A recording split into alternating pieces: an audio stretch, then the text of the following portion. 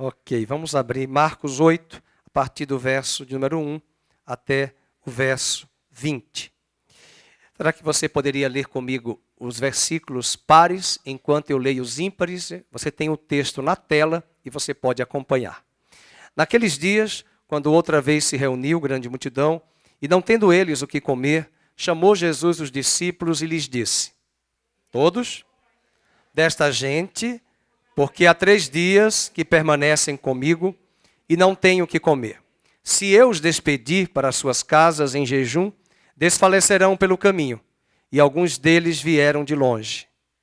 Mas os seus discípulos responderam: onde poderá alguém matar os pães neste deserto? E Jesus lhes perguntou: quantos pães tendes? Responderam eles: 7. Ordenou ao povo que se assentasse no chão, e tomando 7 pães, partiu-os, após ter dado graças, e os deu aos seus discípulos, para que estes distribuíssem, repartindo entre o povo. E tinham também alguns peixinhos, e abençoando-os, mandou que estes igualmente fossem distribuídos.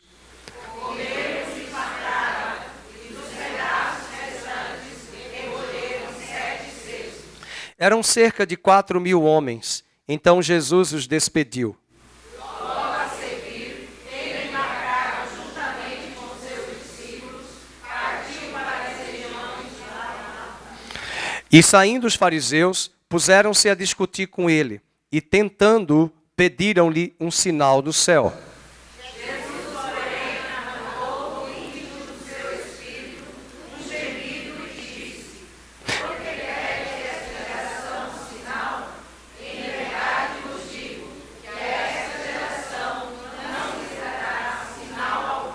E deixando-os, tornou a embarcar e foi para o outro lado. Verso 14, a igreja. Ora, aconteceu que eles se esqueceram de levar pães, e no barco não tinham consigo senão. Preveniu Jesus, dizendo: vede, guardai-vos do fermento dos fariseus e do fermento de Herodes.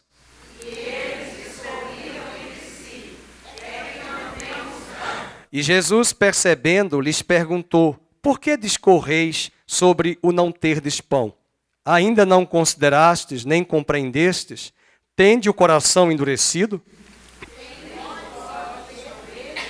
E tendo ouvidos, não ouvis? De quando partiu 5 pães para os 5.000, quantos cestos cheios de pedaços recolhestes? Responderam eles: 12. E de quando parti, 7 pães para 1.000, quantos cestos cheios de pedaços recolhestes? Responderam 7. Ao que lhes disse Jesus: não compreendeis ainda?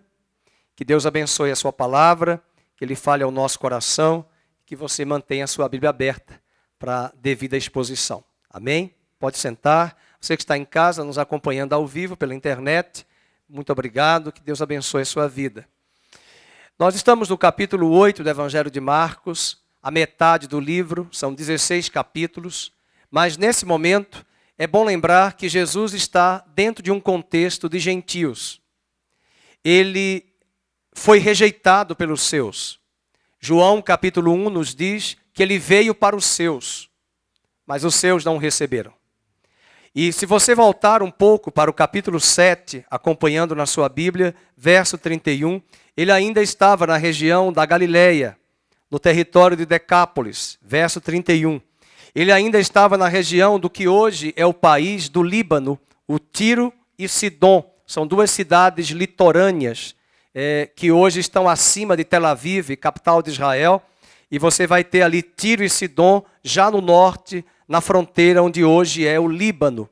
E depois, mais ao norte, para o lado leste, você vai encontrar ainda a Síria. Aquela é uma região dos gentios. Aquela é uma região também próxima à Galiléia. Lembrando que a Galiléia está mais aqui ao leste, e você tem aqui ao oeste o Mediterrâneo, onde tem essa região litorânea do mar. E é aquela região que Jesus agora está desenvolvendo o seu ministério. Ele fora rejeitado pelos judeus, mas estava sendo procurado pelos gentios. Ao mesmo tempo, esse texto tem uma outra curiosidade que é muito impressionante, como Jesus vai ter compaixão pelos gentios, uma compaixão pelo povo que não era o povo de Israel. Há 2 domingos atrás, nós estávamos ouvindo aqui o pastor Felipe pregando sobre aquela mulher sirofenícia. Abra sua Bíblia no capítulo 7, no versículo 24, também fala de Tiro e Sidom. E versículo 24 diz no capítulo 7, ele levantando-se partiu dali para as terras de Tiro e de Sidom. E ele vai se encontrar com essa mulher que era grega. Verso 26 diz, esta mulher era grega. E ele vai ter uma conversa com ela, ele vai dizer para ela, não é bom tirar os pães dos filhos do dono e entregar para os cachorrinhos. E ela dá a réplica, Senhor, mas eu me contento com as migalhas dos cachorrinhos, essas migalhas que saem da mesa. Ela entendeu que ela era gentia e que ela não tinha direito, aparentemente, no ministério terreno de Jesus, a receber ali uma audiência com Cristo. Porque vocês devem lembrar que Jesus veio a priori no seu ministério terreno para alcançar os judeus. Mas na medida que os judeus estão rejeitando, gentios estão se convertendo. E nós temos que ter isso muito claro, porque lá em Gênesis capítulo 12, quando Deus chamou Abraão, Deus disse a Abraão, o teu descendente, Abraão, abençoará todas as nações da terra, todas as famílias. Então, eu dizia terça-feira no Tênis Clube, no estudo bíblico que nós damos, estamos estudando Romanos, capítulo 11, chegamos agora no 11, depois de 1 ano e meio estudando Romanos. Eu compartilhava ali que Israel foi um meio, Israel não era o fim.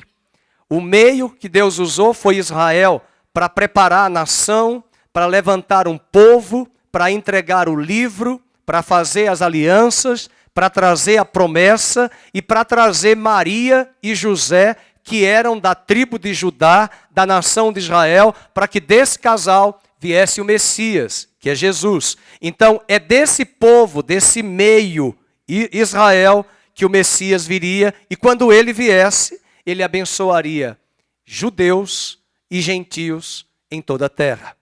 Eu não sei se temos aqui algum judeu de mãe judia, mas eu acredito que a maioria aqui, 100%, é de gentios. Nós éramos gentios.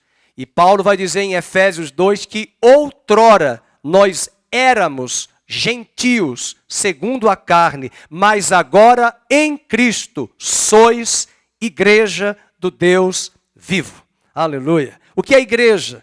Igreja não é prédio. Igreja não é a instituição física, organizacional. Igreja são pessoas egressas de Israel, judeus, e egressas dos gentios, das nações, que uma vez que são convertidas a Cristo, tornaram-se igreja do Deus vivo. Lá no céu não haverá nenhuma nacionalidade. Todo cadastro que você preenche pergunta, nacionalidade brasileira, para o Jeff, nacionalidade americana, nacionalidade argentino, tá difícil, né? Lá, nacionalidade etíope, da Etiópia, ok? Mas lá no Salmo, há um Salmo, eu acho que é o Salmo 87, que diz assim, será dito acerca deles, estes nasceram em Sião. Estes nasceram em Sião, a Sião celestial. Nós fomos gerados em Cristo e aqueles que foram gerados em Cristo fazem parte da Sião celestial, da Nova Jerusalém. E aí não é mais brasileira, americana, etíope, africana, canadense. A nossa cidadania, diz Paulo em Filipenses, é celestial. A nossa cidadania é celestial. Essa terra é apenas um ambiente temporário. Pois bem, agora Jesus está sendo procurado pelos gentios e ao mesmo tempo ele vai demonstrar nesse capítulo 8 compaixão pelos gentios.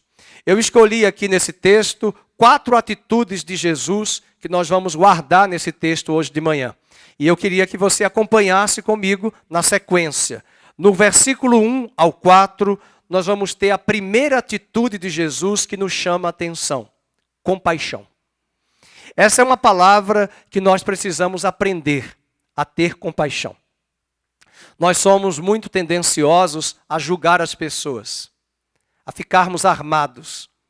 Nós somos muito tendenciosos nesse mundo que nós estamos vivendo, bem polarizado, aqui no Brasil, nessa época de eleição. Está vindo aí a Copa, mas nós estamos numa época de eleição, numa eleição extremamente polarizada, e que eu diria que para mim não é uma eleição, ela é atípica, mas é algo que está sendo cada vez mais intenso nos últimos anos, porque é uma guerra de valores. E essa polarização está muito clara e precisa ficar clara, porque Malaquias disse que nos últimos dias só haverá dois povos, os filhos de Deus e os filhos das trevas. Mas nós precisamos lembrar que uma vez que estamos falando de compaixão, a nossa luta não é contra as pessoas. A nossa luta não é contra pessoas que são egressas de um partido político. A nossa luta não é contra as pessoas que pensam diferentemente de nós.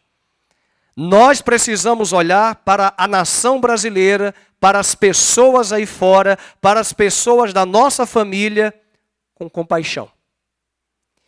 A palavra de Deus vai falar isso no capítulo 8, versículo 1, vamos ler. Naqueles dias, quando outra vez se reuniu grande multidão, e não tendo eles o que comer, chamou Jesus os discípulos e lhes disse: tenho compaixão desta gente, porque há 3 dias que permanecem comigo.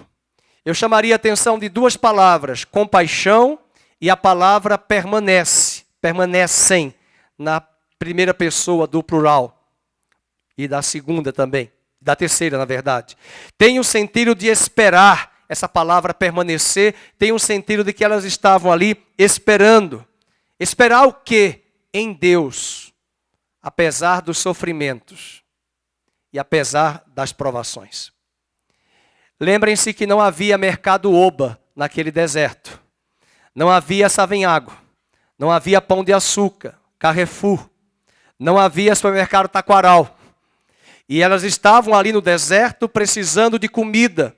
E elas esperavam alguma coisa de Cristo.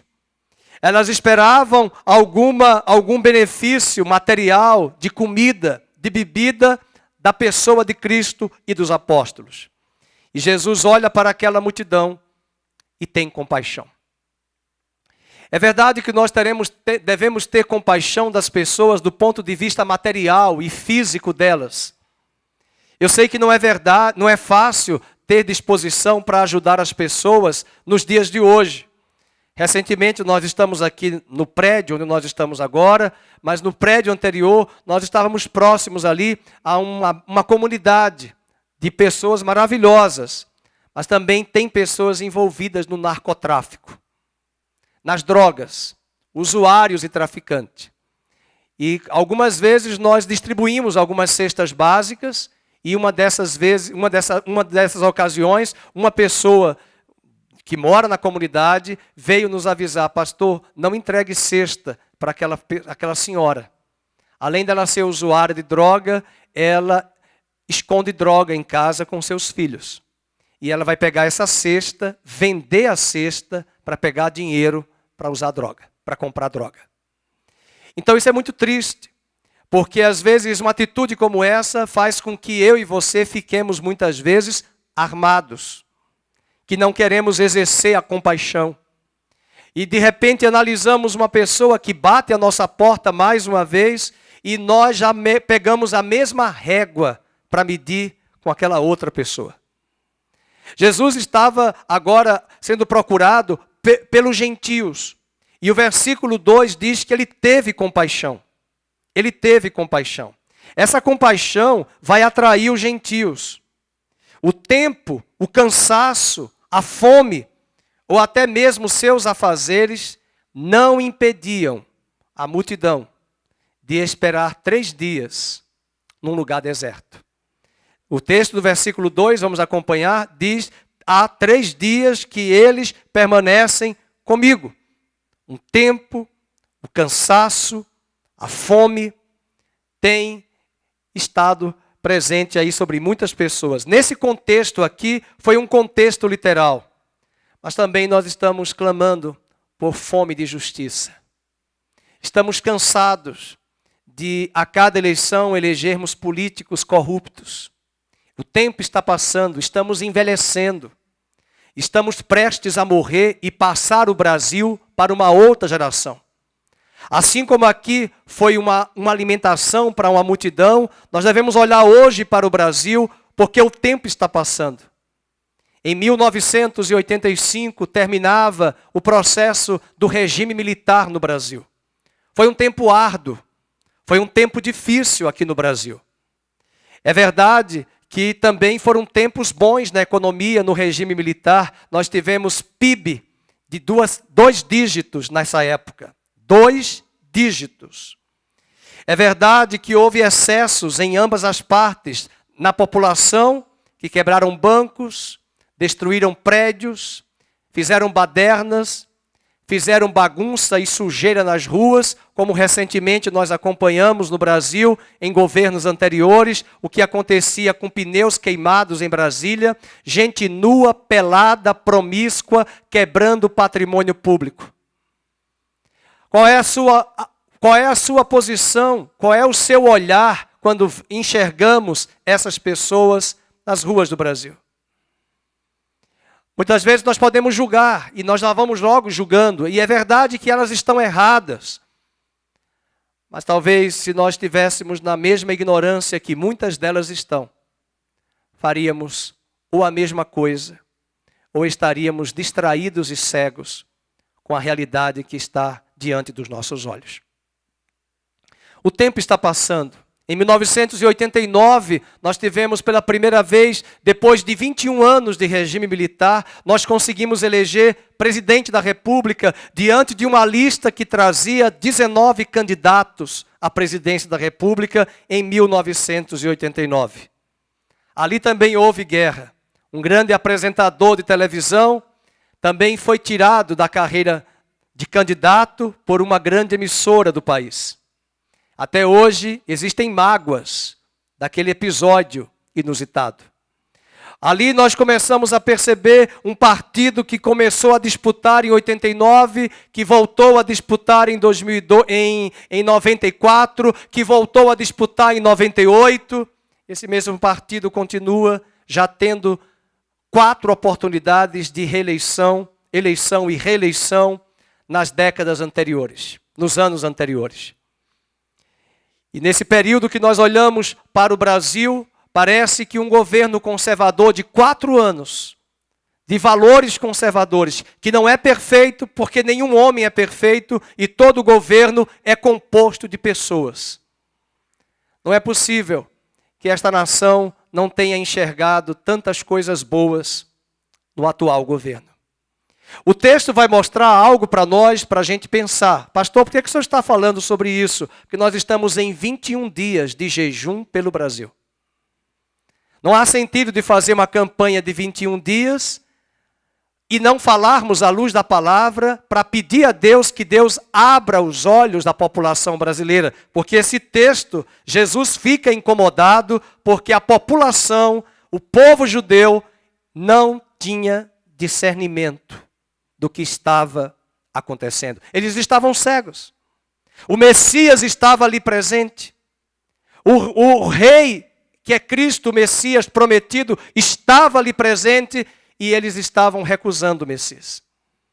Uma das piores coisas que nós podemos perder na nossa vida pessoal é quando nós endurecemos o nosso coração e rejeitamos as oportunidades que Deus nos dá. Oportunidade eu aprendi ainda na escola, quando alguém dizia, a oportunidade é única, é ímpar, é singular. Até na vida pessoal nossa, Deus nos dá muitas oportunidades, só que não são muitas para contar em 20 dedos, da mão e do pé. Às vezes 3, 5. E eu quero lembrar hoje de manhã que quando Jesus estava em Jerusalém, que ele montou no jumentinho, ao lado dele a jumenta mãe, e ele entrou em Jerusalém, no capítulo de número 21 de Mateus, no capítulo 19 de Lucas, Jesus disse assim: ah, Jerusalém, se tu soubesses que dia é hoje. Que dia é hoje, Jerusalém? Ah, se tu soubesses, e veja o que ele disse: mas isto está agora oculto aos teus olhos. Não mais me vereis. Confesso para ti, Jerusalém, que tu serás cercada de trincheiras, de exércitos romanos invadirão a tua cidade, pisarão e destruirão. E agora vem o pior, porque não reconheceste o dia da tua oportunidade. Não se iludam, oportunidades é algo que nós podemos dizer é ímpar. Você tem que agarrar a oportunidade. Existia um deus grego, conhecido e famoso na mitologia, que ele era careca, e ele tinha uma trança. E quando ele chegava, quem ousasse pegá-lo pela trança, ele vinha como o Saci Pererê, né? Já viram? E o Saci Pererê do Monteiro Lobato, e o personagem lá, Aladim, da lâmpada, lembram? Os dois personagens foram criados a partir desse deus grego, porque os três são carecas, e os três ou têm uma trança ou têm um gorro. E a Narizinho, segundo Monteiro Lobato, tinha que colocar com a Emília dentro da garrafa para prender o Saci, e o Saci ficava louco para dizer: me tira daqui. E se alguém tirasse ele, o pedido seria atendido. A lâmpada de Aladim é a mesma coisa. Quem alisasse a lâmpada, e ele ficava lá: me tira daqui. Quem alisasse e pedisse e tirasse ele satisfaria 3 desejos, 3 pedidos. Eu não estou dando aula de Aladim, eu não estou dando aula de Saci, eu estou dizendo que em Hollywood, no cinema e nas novelas, tudo se recria. Nós temos que estudar Grécia, filosofia grega, mitologia grega, para entender como o mundo ocidental replica esses mitos e essas narrativas. E eu quero voltar agora para o Deus grego. Se você ousasse segurar ele, porque ele vinha num redemoinho, e você pegasse ele, ele era obrigado a te dar o presente que você queria. O que isso nos mostra é que a dinâmica da vida, as coisas estão correndo, elas estão caminhando, mas diga para a pessoa aqui do seu lado que a oportunidade é única. Amém? A oportunidade está tão baixinho, meu Deus do céu. A oportunidade é única. Agarre a oportunidade. Brasil, agarre a oportunidade no dia 30. Olhe para a Argentina, olhe para a Venezuela, olhe para os países da América do Sul. Acorda, Brasil, agarre a oportunidade. Nós estamos cansados, a igreja está cansada, o presidente está cansado, são ataques, são mentiras, são calúnias o tempo todo. E escutem bem, o ataque não é contra o presidente, é contra aquilo que ele prega. É contra aquilo que ele fala. Ele não é perfeito, ele não é evangélico, ele é católico. E a questão não é ser católico, não ser evangélico. Eu morava em Maceió ainda, quando a secretária do Colo ligava para a Assembleia de Deus lá em Maceió para pedir oração à igreja, porque feiticeiros, bruxos de terno italiano estavam entrando em Brasília, no Palácio do Planalto, para fazerem sacrifícios, para tentarem mediar as questões políticas e econômicas, confiando em ídolos e em demônios. Então nós precisamos entender que nós estamos envoltos numa guerra e nós estamos cansados, e essa multidão do Brasil está cansada, e alguns estão dizendo está muito polarizada, e vai ficar polarizado cada vez mais até a volta de Jesus. E quem é crente tem que ser cheio do fogo do Espírito, guerreiro de Deus, para entrar nessa guerra até o final. A guerra não é contra pessoas. A guerra não é contra candidatos. A guerra não é contra homem. A guerra é contra principados e potestades. Ao mesmo tempo que entramos em guerra, ao mesmo tempo precisamos ser munidos e batizados de compaixão. Eu sei que você e eu também tem hora que a gente quer quebrar a televisão, desligar o rádio. Tem certo candidato, quando ele começa a falar, eu digo, tira essa voz daqui. Acho que você faz o mesmo. Você não quer ouvir. São mentiras. Mas o grande problema aqui também é que ela é contraposta à insensibilidade dos discípulos. Essa compaixão que está em Jesus, os discípulos não tinham. No versículo de número 4, mas os seus discípulos lhe responderam, de onde poderá alguém fartá-los de pão neste deserto? Lá na primeira multiplicação, os discípulos pediram para Jesus despedir as multidões. E eles ainda argumentaram, onde é que nós vamos arranjar dinheiro para comprar pão? Ou seja, eles só enxergam o problema, mas não enxergam a solução. Tem muita gente que está olhando o cenário brasileiro com um olhar material, com um olhar humano, com um olhar sociológico. É um absurdo, uma das grandes editoras aqui no Brasil, eu tenho alguns livros, não é editora evangélica, é uma editora secular, veiculou uma propaganda aí, eu dei uma olhada lá no Instagram, abrindo o livro. E aí faz o livro e manda fazer o L do livro. Agora nem pode falar L, senão vai desativar o YouTube. Então tá aqui, faz o L, o livro. Quase que eu coloquei lá, só faltou a Bíblia, mas não pode colocar a Bíblia. E a Bíblia não mandou fazer L. A Bíblia é a palavra de Deus. E eu estava olhando as figuras lindas que aparecem, maravilhosas, né? Gente culta, acadêmica, pós-doc. Como o engano tem dominado as pessoas. E aí esse é o grande problema de uma nação e de uma pessoa, de um ser humano que desconhece as Escrituras Sagradas. Jeremias 17 diz que maldito é o coração do homem é corrupto e que nós não podemos confiar na sabedoria intelectual. Nós já tivemos presidentes extremamente intelectuais que já estão chegando à beira dos 100 e que era para ter sanidade mental, está demonstrando insanidade. Em plena velhice, com todo o preparo intelectual acadêmico desta terra. As multidões estão cansadas. As multidões estão com fome de justiça. As multidões estão vendo o tempo passar.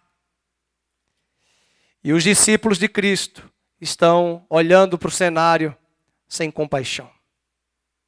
Precisamos lembrar que o intercessor é alguém muito dominado pelo coração de Deus, e uma das características mais sublimes de um intercessor se chama amor. Eu sei que não é fácil se desvencilhar dessa guerra e atribuir logo à pessoa, mas nós temos que olhar para as pessoas e saber que a nossa guerra não é contra elas, mas é contra o que elas abraçam e o que elas defendem, são as ideologias. Esse é o primeiro aspecto, é um Cristo que se apresenta com compaixão. Que nós possamos aprender hoje de manhã o quanto nós precisamos ter, a começar de mim, compaixão pelos perdidos. Há muita gente na ignorância, queridos. Há muita gente que não sabe votar. Há muita gente que não sabe acompanhar os fatos e a história. No meu próprio estado de Alagoas, é com muito pesar que eu falo isso. Os dois candidatos que estão lá, um deles envolvido em corrupção, levando um pequeno estado do Brasil, que é Alagoas, a ser levado ao vitupério, à vergonha nacional diante de desvios. E isso está nos principais jornais, nas principais mídias brasileiras. E até o seu próprio pai, há semanas atrás, disse que ele era corrupto. E ele queria lavar e limpar o nome da família que o filho está sujando. Isso mostra a vergonha e o opróbrio. E uma parte da população aplaudindo e dizendo que vai votar nesse candidato. O cenário de Roma continua o mesmo. É porque estes candidatos que fazem isso, eles continuam dando pão e circo aos eleitores, para eles votarem, e mais do que pão e circo, dinheiro, que foi desviado dos nossos cofres para retroalimentar esses eleitores, a fim de se manterem no poder continuamente. Mas que a mão de Deus venha sobre esta nação nestes dias, mudando os tempos, as épocas e as estações do Brasil. Vamos para o segundo aspecto que esse texto nos fala, é o poder de Jesus.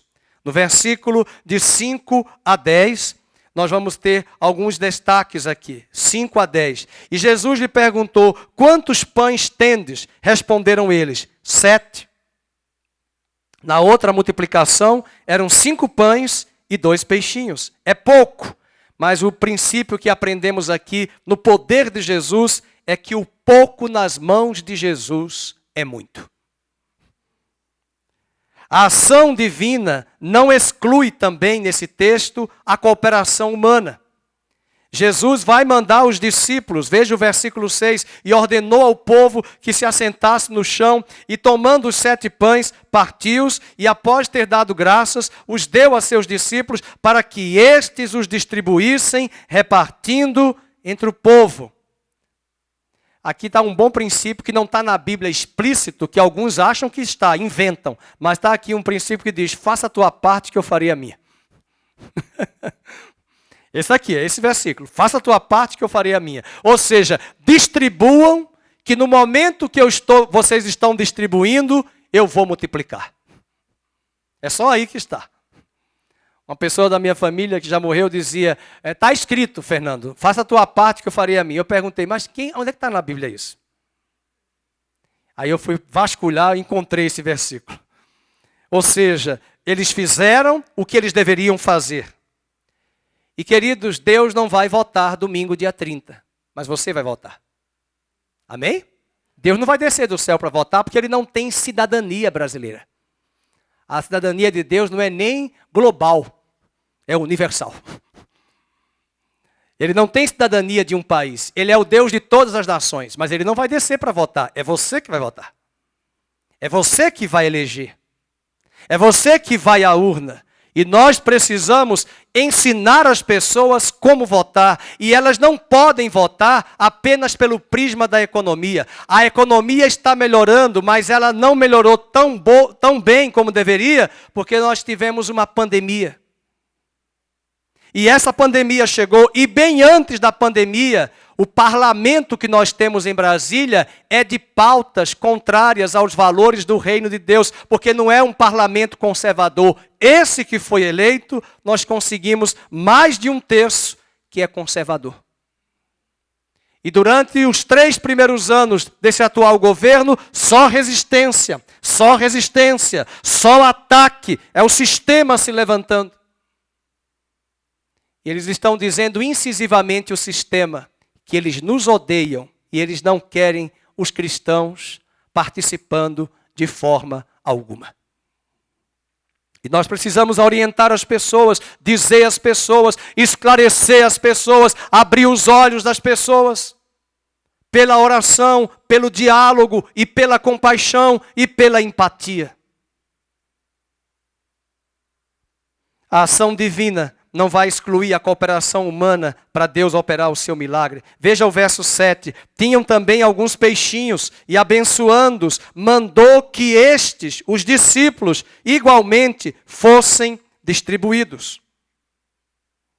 E o mais lindo desse poder de Jesus é que a provisão divina é sempre maior do que a necessidade humana. Porque ele vai multiplicar. Verso de número 9, eram cerca de 4.000 homens, e aonde tem 4.000 homens, meu Deus, deve ter umas 6 a 7 mil mulheres, porque elas sempre são maioria. E se tem 4.000 homens e 6.000 mulheres, 10.000, imagine quantos jovens, se cada casal, cada homem e mulher casado tinha pelo menos 3 filhos. não tem restaurante que alimente. O Agnaldo dizia, quando nós temos almoço aqui domingo passado, que uma coisa é cozinhar para 5 pessoas. Outra coisa é cozinhar para 500. Não sei se a irmã Darcy, que é uma cozinheira mor, aí ela conseguiria cozinhar para tanta gente. Como a Fátima já teve restaurante, ela sabe como é cozinhar para tanta gente num lugar. Imagina aqui. E os discípulos estavam ali preocupados, mas nós sabemos que Efésios nos diz que o nosso Deus fará abundante mais além daquilo que pedimos ou pensamos, segundo o poder dele que opera em nós. E a nossa oração é que no dia 30 Deus opere infinitamente mais além do que pedimos ou pensamos, e ele passe a régua, dê um basta e traga a intervenção dele, porque só pelo braço de Deus para quebrar esse sistema podre e manipulador. Agora vamos para o sofrimento de Jesus. Esse texto vai nos mostrar da compaixão, esse texto vai nos falar do sofrimento de Jesus, do poder de Jesus, e agora Jesus vai falar do sofrimento. O capítulo 8, verso 10 a 13 diz: E logo a seguir, tendo embarcado juntamente com seus discípulos, partiu para as regiões de Dalmanuta. E saindo os fariseus, puseram-se a discutir com ele. Meu Deus do céu, ele está pregando para gentios, vários gentios se convertendo, vêm de novo aqueles que deveriam dar apoio a Cristo.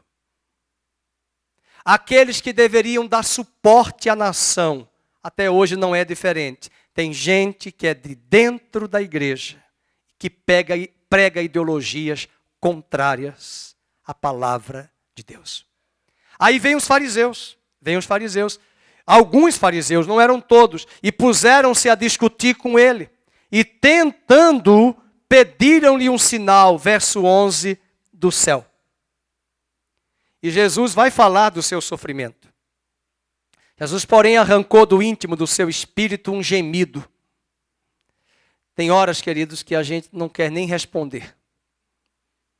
Tem horas que quando alguém pergunta para você e para mim, tem horas que eu tenho que dizer, será que eu respondo? Será que o silêncio é a melhor ferramenta? Será que é melhor abrir a boca? Será que é melhor falar? Ou será que é melhor entregar para Deus? O texto diz que Jesus gemeu, um gemido, e disse, por que pede esta geração um sinal? Em verdade eu vos digo que esta geração não se lhe dará sinal algum. O texto que o pastor Odair pediu à pastora Vânia para ler, de Mateus 16, ele disse, o sinal que eu vou dar é o sinal de Jonas. Jonas ficou 3 dias e 3 noites no seio da terra. E acho que os fariseus não entenderam nada. Ele disse, o sinal sou eu. Você quer um sinal? Eu sou o sinal. O sinal é de que daqui a 3 dias, eu vou ficar 3 dias e 3 noites no seio da terra. Só que eu vou morrer como o unigênito de Deus. E o que ele quer dizer nas entrelinhas é que Satanás é um anjo caído, mas ele não é Deus, ele não é onipotente, ele não é onisciente, ele não é onipresente, e o diabo não entendeu que ele ia cair na arapuca de Deus. O diabo deve ter ido para uma boate lá em Jerusalém chamada Hell, inferno. E deve ter chamado naquela boate todos os anjos caídos para dizer, vamos celebrar, nós matamos o único filho. O que ele não sabia é que 3 dias, 3 noites depois, Deus bateria na porta dele e dizia, me dá a chave é minha. Porque você caiu na minha arapuca. Você acha que matou o único filho, mas eu quero te dizer que você contribuiu para gerar no meu plano perfeito o primogênito de uma nova criação, que é Jesus Cristo, que vai ressuscitar, e ele será o primogênito dentre os mortos, e quando ele se levantar, todos aqueles que estavam mortos em Adão ressuscitarão com ele em Cristo. E até hoje, desde o Calvário, todos que nasceram em Adão, mortos em Adão, que ouvem a pregação do Evangelho, estão se rendendo a Cristo e se tornando participante do reino e do governo do último Adão, que é Jesus Cristo, e ele se chama hoje primogênito entre muitos irmãos. O diabo deve ter ficado furioso. Eu vou arrumar minhas malas e vou me embora. Porque, e ele arrumou as malas mesmo, porque Apocalipse 12 diz que ele saiu do céu e se atirou à terra, sabendo que pouco tempo lhe resta. Ontem alguém mandou para mim um vídeo e uma mensagem de um advogado mostrando o que é que os porcos fazem antes de serem abatidos. Eles gritam. Eles esperneiam. Eu já vi uma pessoa levando porcos para o abatedouro. E a metáfora era para mostrar como o sistema está desesperado, correndo o risco de perder e ter dois governos conservadores durante 8 anos e quebrar o sistema aos poucos. Os porcos estão gritando nas ruas e no sistema bancário, financeiro e de uma elite que gosta de caviar, mas nunca quer ir para Cuba nem para a Venezuela. O sistema está falindo. E o sistema vai falir, e nós sabemos que há uma profecia tremenda em Apocalipse, que a Babilônia vai cair. E quem é desse sistema podre vai cair. Mas antes que o sistema caia, a compaixão de Deus, a graça de Cristo está disponível para chamar dessas pessoas que estavam no engano para a verdade, porque o Evangelho é o poder de Deus para transformar o pecador em um homem justo. Jesus está falando do seu sofrimento. E eu queria dizer uma coisa muito importante. Nós estamos sentindo isso no nosso corpo. Eu percebo que todos os intercessores que estão vindo aqui nas quartas-feiras, que nos acompanham nas lives, e até os irmãos que não podem vir, mas que estão em suas casas orando pelo Brasil, estão sentindo uma batalha. E eu fico com dó dos idosos. Eu fico com dó das pessoas de cabelos brancos, que viram o Brasil. Eles estão vendo coisas que nossos pais nunca viram. Queridos, eu terminei domingo o culto, eu cheguei em casa e fui ver uma reunião do outro lado, do outro grupo, do partido que defende pautas contrárias. Estiveram na terra de Recife, domingo passado e sábado. E as multidões que estavam nas ruas de Recife, do que eu pude ver, receberam bebidas, carne de graça, mas alguém está pagando. Talvez não foi nem carne, foi, como é que chama? Aquela carne vermelha, cortadinha. Não, estou nem falando carne, estou falando... não deixa de ser proteína, como é que chama? Que eu não gosto muito. É vermelho, gente, parece salame. Salame, mortadela. Mortadela, da pior marca, talvez. Mas o que foi... Eu nem quis passar para as pessoas, porque eu não posso passar esse vídeo para ninguém. Só passei para minha esposa, para a pastora Vânia, para minha tia Tereza, mas para os demais da igreja é uma falta de respeito. As mulheres bêbadas durante o comício e, não vou fazer o gesto obsceno, abrindo as pernas, tirando com a mão, afastando a calcinha e a roupa para urinar na rua. Que ato obsceno, vulgar. Isso mostra o comportamento, é esse grupo que quer voltar ao poder com esse comportamento promíscuo, devasso e leviano. Ensinando filhos, jovens, crianças a se comportarem de forma indecente. E ainda tem cristãos e pastores, que não se assustem, que insistem em dizer que esse partido X é a esperança para o Brasil. Estão invertendo as coisas. A verdade é mentira, a mentira é verdade, e muito antes desse partido chegar ao poder, ele já conseguiu, que ele não vai chegar, conseguiu usar um setor jurídico, uma decisão monocrática para calar uma das emissoras do país, que hoje está amordaçada e vigiada e monitorada 24 horas. Isso sem chegar ao poder. Imagine se chegasse. É preciso acordar a população. Porque a população continua distraído com, sabe aqueles álbuns de figurinha de futebol, né? Eu fui no Shopping Iguatemi, eu moro bem pertinho de Iguatemi, mas eu só vou lá 2 vezes ao ano e olhe lá. Aí quando eu chego lá, eu vejo um monte de gente, não é só criança e adolescente, a gente vai trocando figurinha. Aí eu perguntei, quanto é um pacotinho de figurinha? 4. Quanto você gasta mais ou menos para juntar esse álbum todo? Uns R$700. Então está com dinheiro. Estão distraídos.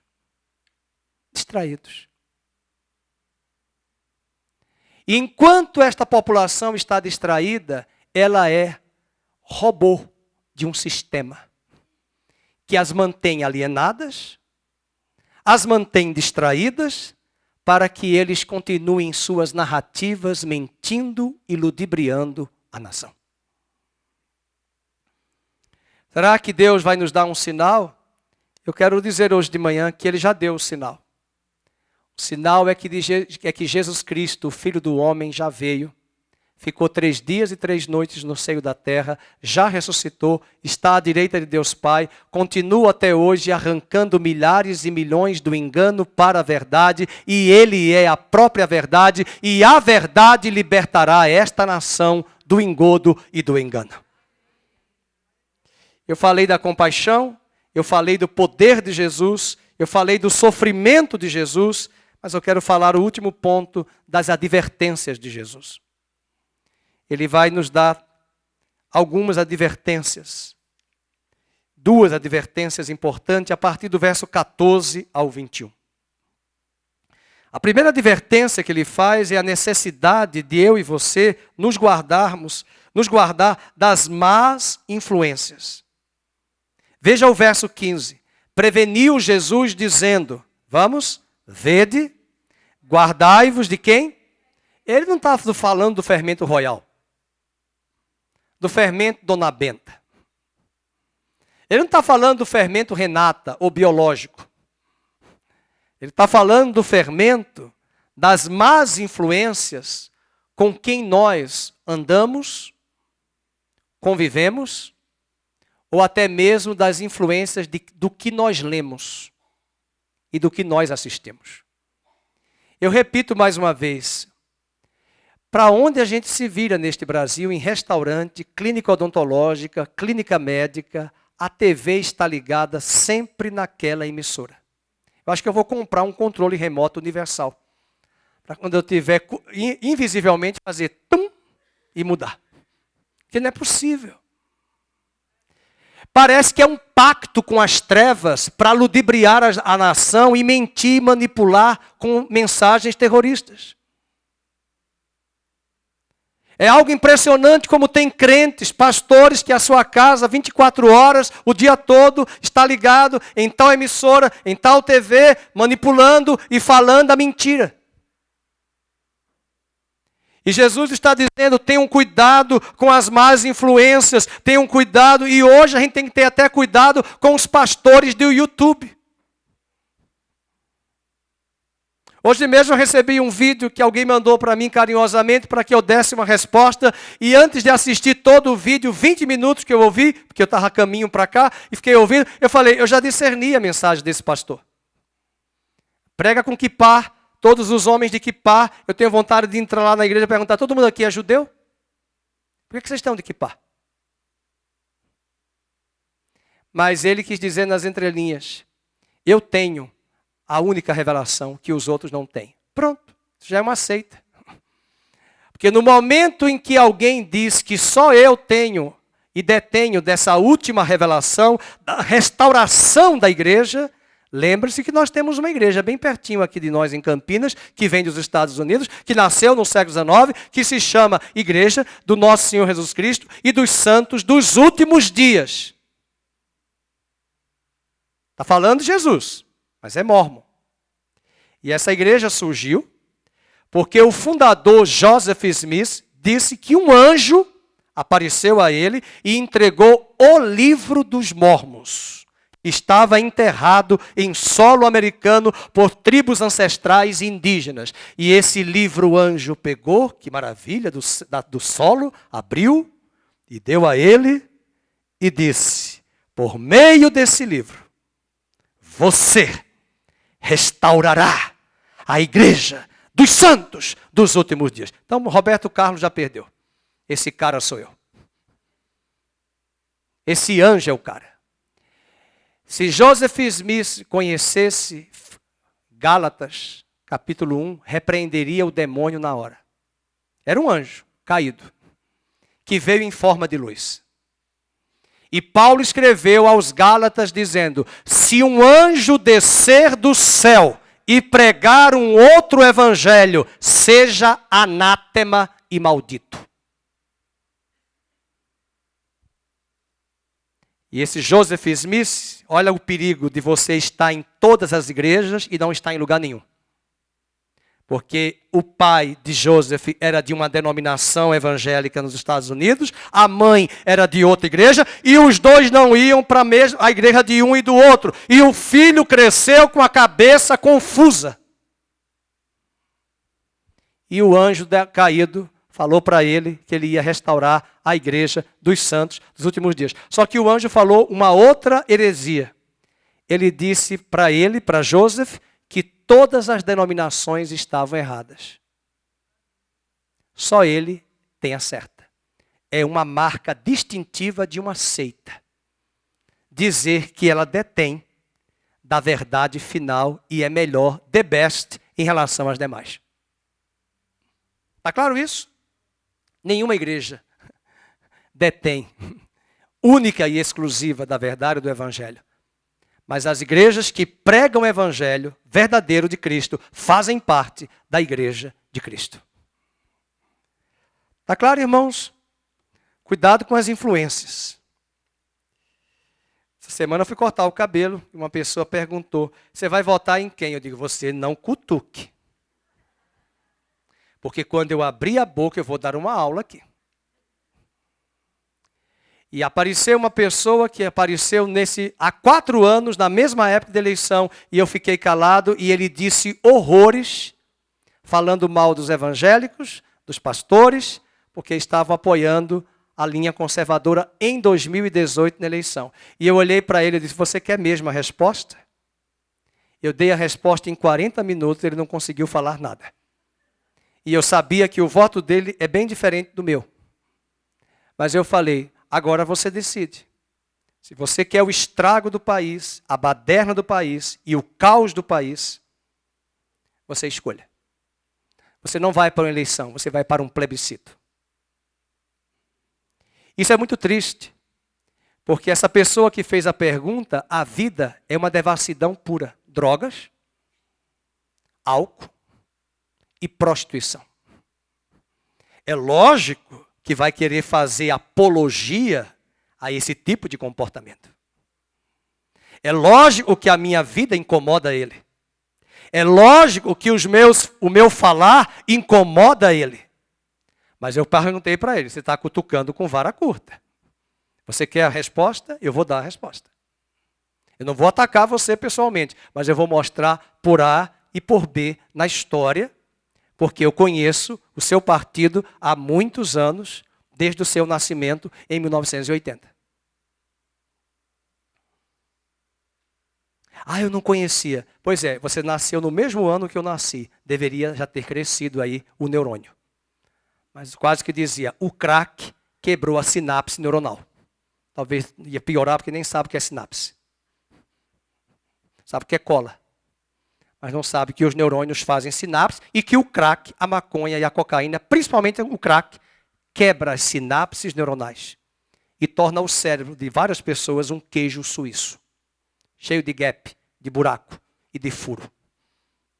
E uma cabeça oca e vazia, sem discernimento. Estou com raiva dele não, estou com raiva do diabo.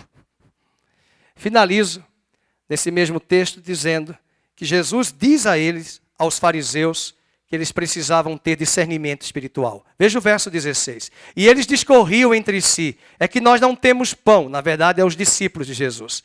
E Jesus, percebendo, lhes perguntou: Por que discorreis sobre o não terdes pão? Ainda não considerastes, nem compreendestes? Tendes o coração endurecido? Tendo olhos não vedes? E tendo ouvidos não ouvis? Não vos lembrais?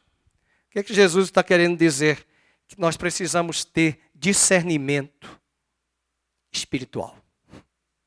Eu fiz a multiplicação, você não enxergou, não? Eu fiz o milagre, você não enxergou, não? Eu fiz.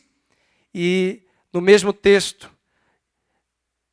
Jesus deixa muito claro que numa retórica que ele pergunta e eles respondem. Que ele pergunta e eles respondem. E mesmo assim, eles se mantêm inertes em relação ao discernimento. Eu quero finalizar com 3 considerações importantes de todos esses 4 pontos que nós falamos. Eu gostaria que você anotasse, se você puder. Até o dia 30 de outubro, principalmente, nós precisamos continuar em oração pelo Brasil e termos compaixão por essas pessoas que estão na ignorância ou cegas. A primeira lição é o perigo de não agirmos em compaixão. Até mesmo na igreja, nos ministérios, todo ministério deve somar e contribuir para o serviço do reino de Deus. E nós precisamos, em qualquer área ministerial, ter compaixão com as pessoas. Eu fui uma vez pegar uma cesta básica para entregar a uma família pobre nessa denominação que eu trabalhei alguns anos atrás, e me assustei com a mulher dos recursos humanos. Eu falei, meu Deus, essa mulher dos recursos humanos ou é de uma empresa de trator? Ela sai pisando todo mundo. E eu cheguei lá, pedi para ela, falei, olha, essa família está precisando. Mas foi de uma grosseria, falando com as pessoas, que eu falei, essa mulher está no lugar errado. Ela está fazendo um trabalho social, mas ela não tem compaixão. Tudo o que nós devemos fazer em compaixão. E a intercessão, igreja, que nós temos que fazer por este Brasil, não é irmos para o quarto de oração, orando, fazendo orações imprecatórias, fazendo orações assim, vingativas. Não, a vingança é do Senhor. Nós devemos pedir a Deus, Deus, tenha compaixão do Brasil. Tenha compaixão dos meus familiares que estão no engano. Abre os olhos, remove as escamas. A segunda lição que aprendemos é que a ação divina não exclui a cooperação humana. A ação divina não exclui a cooperação humana. Aquilo que compete ao homem fazer, Deus aguarda que este o faça. Aquilo que compete o homem fazer, Deus aguarda que o homem faça. Uma vez eu falei para um jovem, eu falei, que horas você acorda? Ele queria um emprego. Eu falei, você manda o currículo como? Eu mando pela internet. E você acorda que horas? 1h, vou assistir, vale a pena ver de novo. Então, meu querido, vá dormir. Você tem que acordar cedo. Ir lá para o centro, procurar as empresas de agências de currículo, procurar entrevista. Deus não vai abençoar a gente preguiçosa. Você tem que orar. E você tem que agir. Oração é isso. Ora e age. Ação. Neemias orava e vigiava no muro. Neemias orava e estava construindo o muro em Jerusalém. Oração. E aqui eu aprendi o princípio que não está na Bíblia explicitamente. Faça a tua parte que eu farei a minha. Os discípulos distribuíram e ao longo da caminhada a multiplicação aconteceu.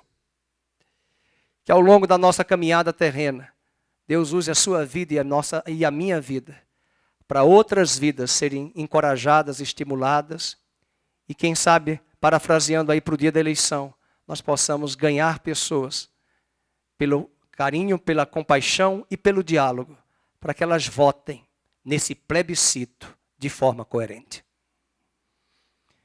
A terceira e última lição é a necessidade de termos discernimento espiritual. Nós precisamos ter discernimento. Os discípulos estavam olhando só as coisas materiais, mas eles não enxergavam o mundo, né, que Jesus estava pregando o evangelho de forma espiritual. E nós percebemos a mesma coisa hoje. Está faltando à igreja brasileira muito discernimento. Eu não sou favorável, essa pastorada está visitando Brasília o tempo todo. Se o presidente da República chamar pastores para conversar e orar, é uma coisa. Mas pastores estarem insistindo, frequentar Brasília, tirar foto, fazer reuniões, isso é desnecessário. Eu nunca vi a rainha Esther dizendo, se apresentando várias vezes no palácio. Ela só foi uma vez. E muitas vezes, parte dessa mídia podre que está aí no nosso país, que tem ideologias diferentes, pensamentos dos nossos, contrários aos nossos, ela aproveita um pastor que foi, e agora o escândalo ali do MEC por causa do pastor, e essa pessoa que estava ali perguntando como é que vai ser o seu voto, já falou logo, e o pastor lá do MEC e tal. Eu falei, você conhece ele? Será que ele é pastor? Porque tem falsos pastores, tem falsos padres, e tem falsos presidentes. Não generalize. Uma vez alguém disse para um pastor amigo meu, todo pastor é ladrão. E aí ele respondeu à altura para ofender a outra pessoa, porque ele também foi ofendido. A pessoa não gostou. Então não generalize. E é muito triste ver esse tipo de polarização, porque nós não somos dessa linha que vamos fazer guerra. Nós estamos ensinando aqui para pedir a Deus que Deus dê à igreja discernimento, sabedoria, diálogo, compaixão, e dobre os joelhos e entenda que a guerra não é contra carne e sangue, é contra principados. A hora já avançou, mas eu quero fechar, e você vai abrir esse texto, já terminei a pregação, eu quero dar um texto para você orar esta semana. Abra sua Bíblia em 2 Reis, eu pedi ao Felipe chegar aqui no teclado, vamos cantar aquela música que nós sempre cantamos, Se o meu povo que se chama pelo meu nome. 2 Reis, capítulo 6. O Rogério vai colocar na tela, por gentileza. A história é muito longa. Eliseu havia pedido a Deus que colocasse cegueira no povo. Era o exército inimigo. E é o que nós vamos orar. Nós vamos pedir a Deus que Deus cegue os principados e as potestades, porque eu estou aguardando de Deus uma intervenção de surpresa antes do dia 30 que Deus fará sobre a nação. Uma surpresa que nem os principados e as potestades vão saber. Eles vão ser pegos de surpresa. Eles vão acordar, embora anjos não dormem, mas eles vão olhar e vão ficar, mas o que é isso? É a intervenção de Deus. Mas ao mesmo tempo que eles ficaram cegos, Eliseu trouxe o exército da Síria e levou para Samaria. Aí quando chegou em Samaria, tem que ficar para cá porque a câmera está filmando. Quando chegou em Samaria, ele diz assim, agora Senhor, abre os olhos dele. E Deus abriu os olhos. E a minha oração é com você. Esta semana você intercessor ore para que Deus cegue os principados e as potestades, que eles sejam fiquem boquiabertos do que Deus vai fazer de forma sobrenatural antes do dia 30. Mas ao mesmo tempo, a nossa oração é que Deus abra os olhos da população brasileira que foi dominada pelo engano e pela mentira. E mudem de posição e votem de forma digna e consciente. Veja a sua Bíblia aí no verso 18 do capítulo 6. Peço-te esta gente de cegueira, e feriu-a de cegueira conforme a palavra de Eliseu. Aí Eliseu vai guiá-los, verso 19, para Samaria. E aí no verso 20, ele ora. E tendo ele chegado a Samaria, disse Eliseu, vamos ler em voz alta. Ó Senhor, todos, abre os olhos destes homens, para que vejam. E abriu-lhes o Senhor os olhos, e viram. E eis que estavam no meio de Samaria. Interessante que era para eles terem seus olhos abertos e serem mortos. Mas Deus mudou e disse, não, você vai servi-los, vai dar banquete para eles. E a minha oração é que essa população que estava dominada por esse engano, por essa violência, essa agressão, seus olhos sejam abertos, e eles vejam o banquete do Evangelho. E Deus mude os tempos e as estações do Brasil. Amém? Veja o verso 23. Eles ofereceu-lhes o rei um grande banquete, e comeram e beberam. E a última frase do 23, eu quero ver no Brasil. E da parte da Síria, vamos? Não houve mais investidas na terra de Israel. Que o Senhor arranque da terra do Brasil essas investidas do maligno, que querem destruir a nação, dividir a população, dividir o povo. Que o Senhor cegue os principados e abra os olhos da população.